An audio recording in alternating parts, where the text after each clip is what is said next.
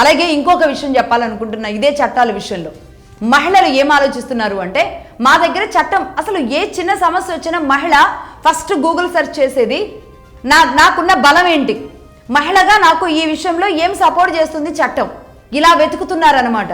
అంటే మమ్మల్ని ఎవరు ఏమీ చేయలేరు, ఆఖరికి చట్టాన్ని మేము దుర్వినియోగం చేశామన్నా సరే మమ్మల్ని ఎవరూ ఏం చేయలేరు. మేము చట్టం దుర్వినియోగం చేశాము అన్న తర్వాత కూడా మా మీద ఏదైనా నేరం మోపడానికి కూడా ఈ చట్టాలు బలంగా లేవు. ఎగ్జాక్ట్లీ ఇప్పుడు నాగరత్నం గారు చెప్పినట్లుగా 50 to 60% ఫేక్ కేసులు అన్నారు కదా, మరి ఈ 50 to 60% ఫేక్ కేసులు పెట్టిన వాళ్ళు నిర్ధారణ అయిన తర్వాత ఇది అబద్ధమైన కేసు పెట్టారు అన్నప్పుడు వాళ్ళకి ఏం శిక్షలు ఉండాలి? ఎవరైనా ఆ శిక్షలు అమలు చేస్తున్నారా? ఇది ఫేక్ కేసు అన్న తర్వాత కొట్టేస్తారు, ఎవరింటికి వాళ్ళు వెళ్ళిపోతున్నారు.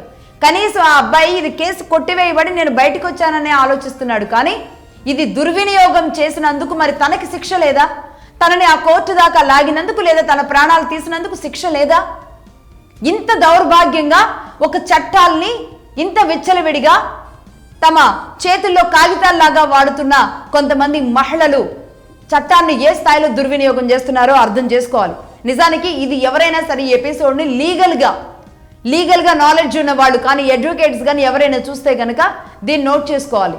ఏం జరుగుతుంది? చట్టాన్ని దుర్వినియోగం చేసినా సరే ఈ కేసుల్లో వాళ్ళ మీద ఎలాంటి కేసులు ఉండవు, వాళ్ళని ఏమీ చేయలేరు. వాళ్ళు తప్పు చేశారు అని నిర్ధారణ అయిన తర్వాత కూడా ఏం చేయలేరు.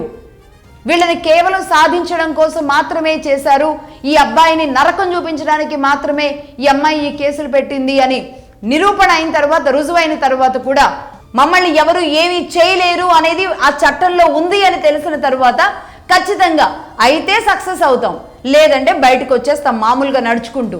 అంతే తప్ప నేను ఇక్కడ తప్పు కేసు ఫైల్ చేశాను అని నన్ను ఎవరైనా శిక్షిస్తారా?